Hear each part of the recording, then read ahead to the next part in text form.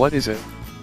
This car replaces the 5 Series GT, a large 5-door hatchback that, to Western eyes, at least, was one of BMW's less happy models.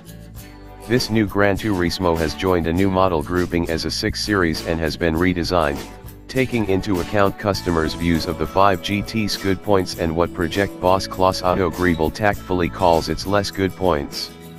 More of which shortly.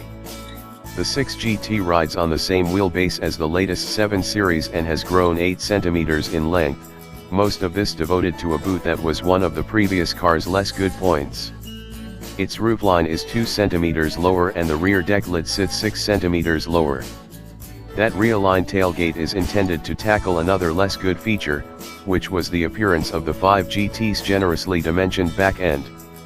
You still wouldn't call it slender, but it looks less like a wall of steel when you're following it. BMW has also ditched the complicated boot-cum-tailgate arrangement and ingeniously built the electric hatchback struts into the tailgate itself, usefully widening the load bay's mouth. Despite the lowered roofline, the raised seating position of the 5 GT remains.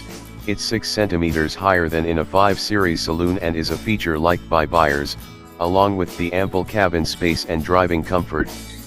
Rear headroom is unaffected despite the sleeker roof.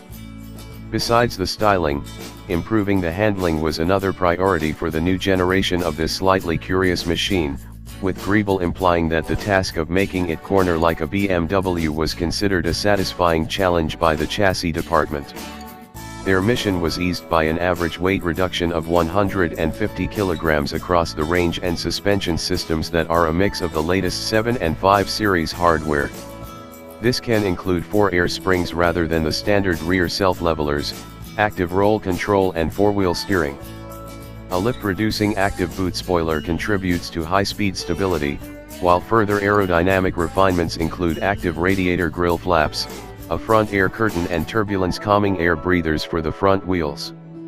The result is a drag coefficient that tumbles to an impressive 0.25 from 0.29.